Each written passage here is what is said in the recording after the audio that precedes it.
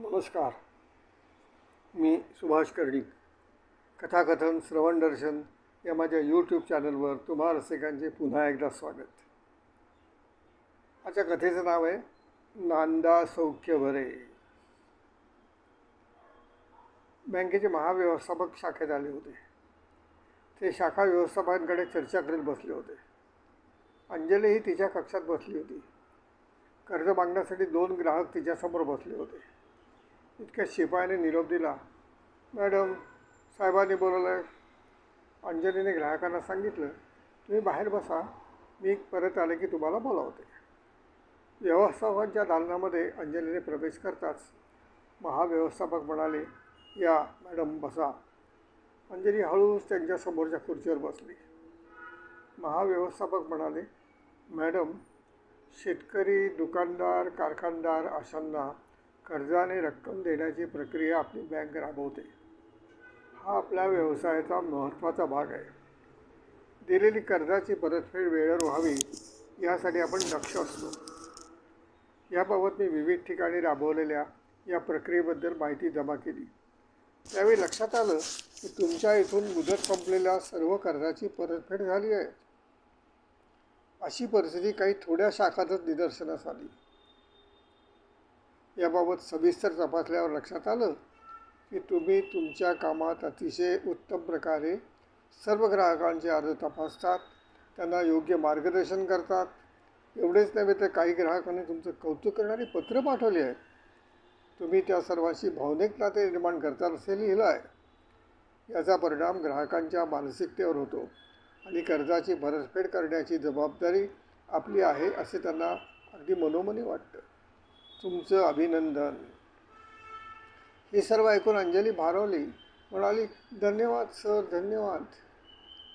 महाव्यवस्थापक म्हणाले, मॅडम, एक वैयक्तिक प्रश्न विचारू काय? अंजली म्हणाली, सर, तुम्ही माझ्या वडिलांच्या वयाचे आहात. तुम्ही कोणताही प्रश्न मला विचारा. ठीक आहे. तुम्ही येथे किती जण राहता? त्याने विचारलं.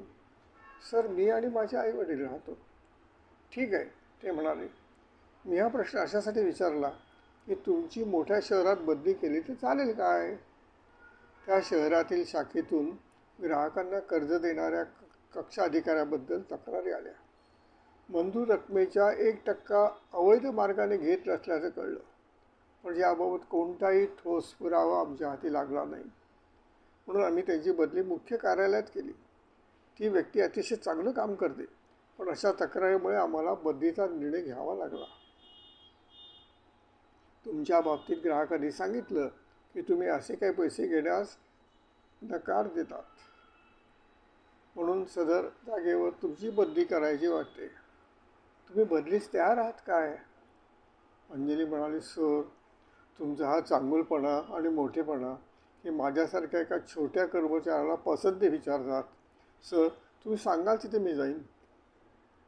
ते म्हणाले, मॅडम, आपली संस्था कार्यक्षमतेने चालवण्यासाठी गुणवान आणि कर्तृत्ववान कर्मचाऱ्यांना योग्य प्रकारे वागणूक देणं, त्याला विश्वास देणं मला महत्त्वाचं वाटतं. अंजली उठली, हात जोडून उभी राहिली आणि म्हणाली, सर, तुम्ही केलेल्या कौतुकाने मी भारावले आहे. तुमचा आशीर्वाद मला महत्त्वाचा वाटतो. महाव्यवस्थापक जागेवरून उठले. त्याने अंजलीच्या डोक्यावर हात ठेवत म्हटले, बेटा, आयुष्यात तू खूप यशस्वी होशील. अंजली नव्या शाखेत रुजू झाली.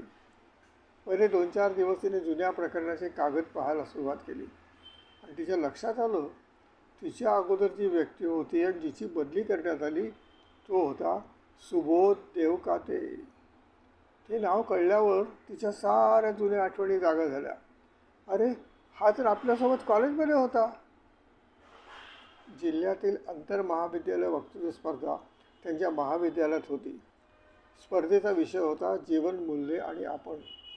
स्पर्धेत सुबोधला पहिलं आणि अंजलीला 2ऱ्या क्रमांकाचं पारितोषिक मिळालं. सुबोध तेव्हा अंतिम वर्गात होता आणि अंजली पहिल्या वर्गात. त्यामुळे त्यांची अगोदर भेट झाली नव्हती, परंतु पारितोषिक मिळाल्यावर दोघांनी ओळख करून घेतली. त्यानंतर ते भेटत राहिले. भेटीचं रूपांतर गाढ मैत्रीत झालं. परीक्षा संपल्या. हॉटेलमध्ये चहा घेताना सुबोध म्हणाला, अंजली, आज माझा शेवटचा पेपर होता. माझ्या वडिलांची बदली धारवाडला झाली, त्यामुळे आई वडील तिथे राहायला गेले आहेत. मी उद्या धारवाडला जाईल. अंजलीने काळजीपूर्वक आवाज विचारला, अरे पण आपली भेट कशी होणार? अंजली, मला परत तिथे केव्हा येता येईल ते सांगता येत नाही, पण आपण फोनवर बोलूया ना. अंजलीने मान डोलावली आणि म्हणाली, ठीक आहे ठीक आहे. त्यांचे बरेच महिने दोघांचा संपर्क होत नव्हता. अंजलीने पदवी प्राप्त केली. सुबोधनंतर M.Com झाला आणि एका बँकेत अधिकारी म्हणून रुजू झाला.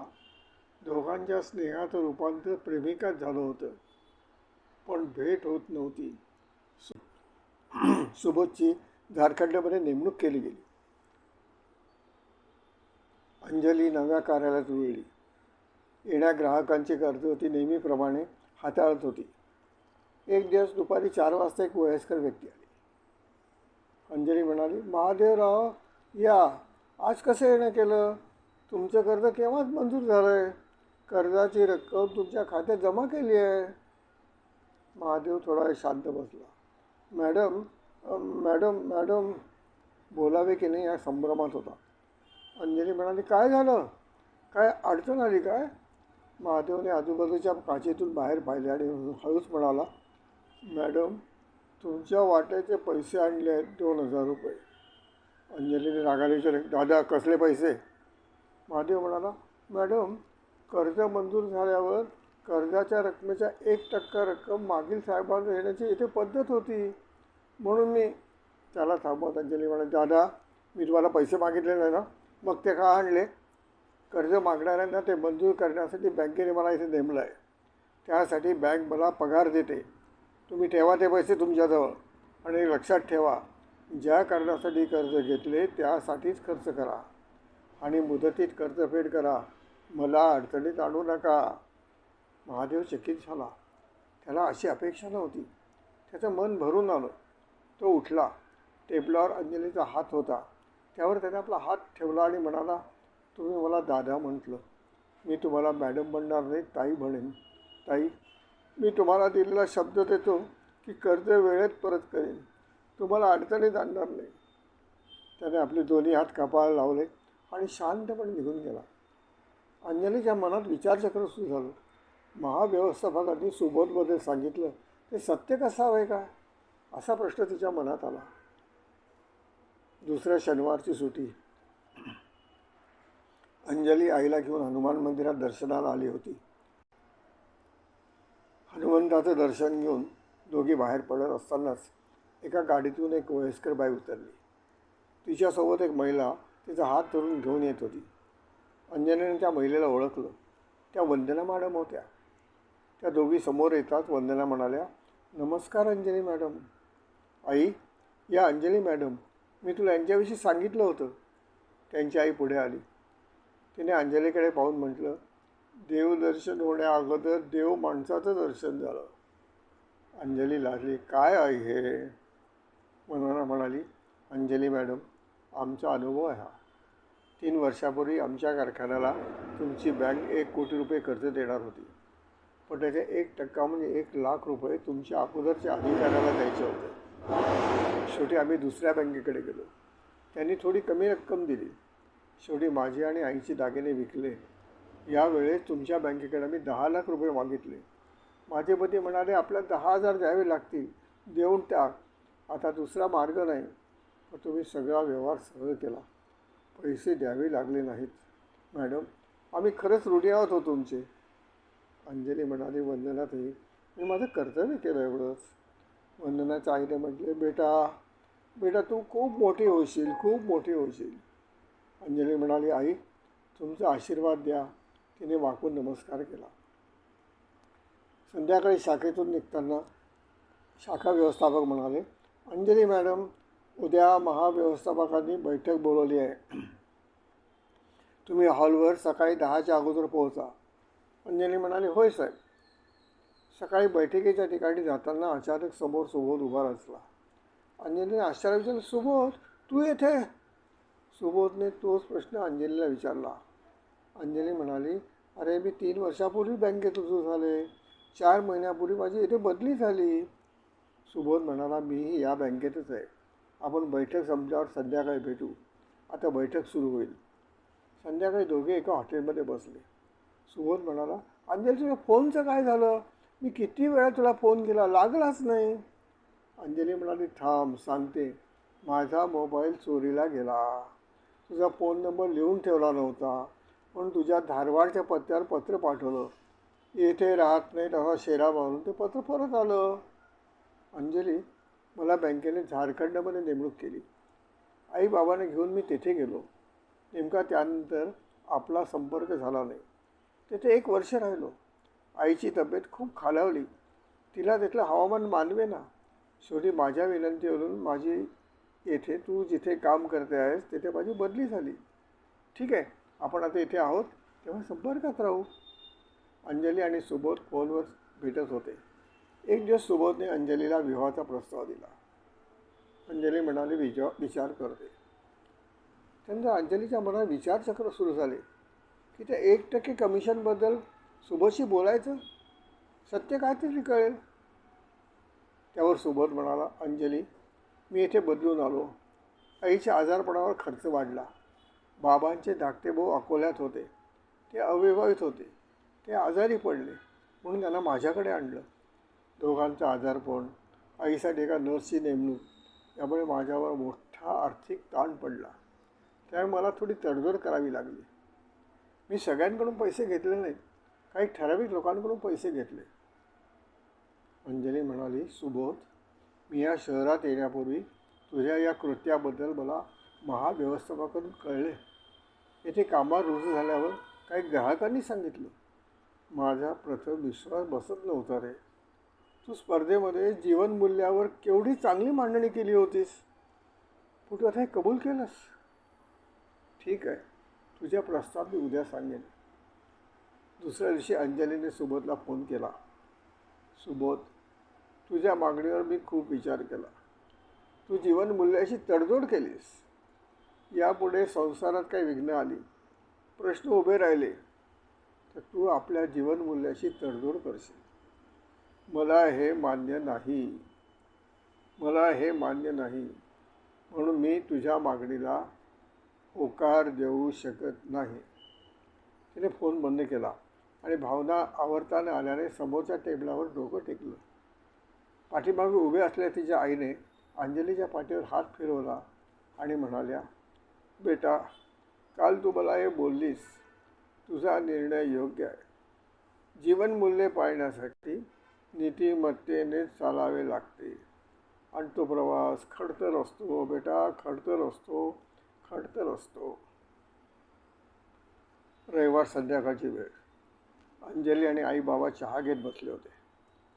अंजलीचे बाबा एकदम शांत होते. म्हणून आईने विचारलं, काय हो, एकदम शांत का बसलात? बाबा म्हणाले, विचार करीत होतो. अंजलीच्या लग्नाचं बघायला हवं. नातेवाईकांकडे चौकशी करूया का? अंजली शांत बसली. हळूहळू चहा घेत होती. इतक्या दारावरची बेल वाजली. अंजलीने दरवाजा उघडला. समोर वंदना मॅडम आणि त्यांची आई आणि एक व्यक्ती उभे होते.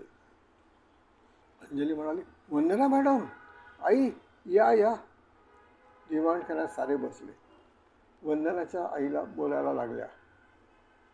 अंजलीची आई, माफ करा, आम्ही अगदी न कळविता आलो. तुमची माझी भेट देवळात झाली होती. अंजलीच्या आईने हो म्हटलं. अंजलीच्या बाबांकडे वळून त्या म्हणाल्या, बाबा, मी श्यामला गोंदेकर. ही वंदना माझी मुलगी आणि हे माझे जावई प्रशांत. माझ्या यजमानांचा कारखाना आहे. ते गेल्यावर वंदना तो चालवते.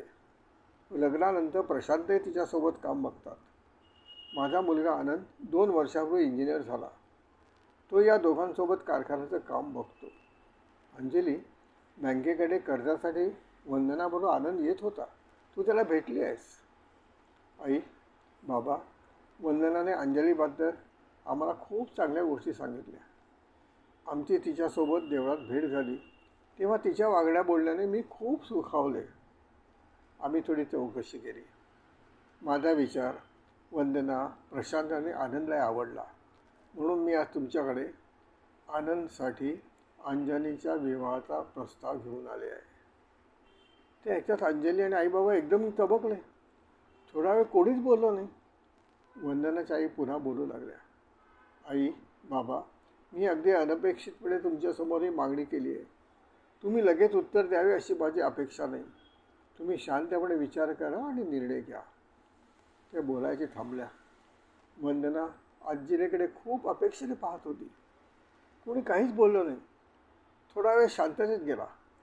अंजलीने आईबाबांकडे पाहिले आणि उठली. ती वंदनाच्या आईसमोर जाऊन उभी राहिली आणि म्हणाली, त्या दिवशी देवळात मी तुम्हाला आई म्हटलं. माझे आई बाबा आणि तुम्ही याबाबत जो निर्णय घ्याल तो मला पूर्ण मान्य असेल. ती नमस्कारासाठी खाली वाकली तसं आईने तिला उचलून आपल्या बाहुपाशात घेतलं. पुढे माफ करा रसिक हो, माफ करा. मला आता एक कथा इथे थांबवलं पाहिजे. होय, तुमचा प्रश्न कळला की पुढे काय झालं, पण त्याचं उत्तर तुमच्या ध्यानात आलं असेलच. मी इथे थांबलो कारण मला लगेच निघायचं आहे हो. होय, अंजली आणि आनंद यांच्या विवाह सोहळ्याला मला उपस्थित राहायचं आहे. तेथे त्या वधूवरांना तुमचे आणि माझे शुभाशीर्वाद देताना मी म्हणेन, नांदा सौख्य बरे.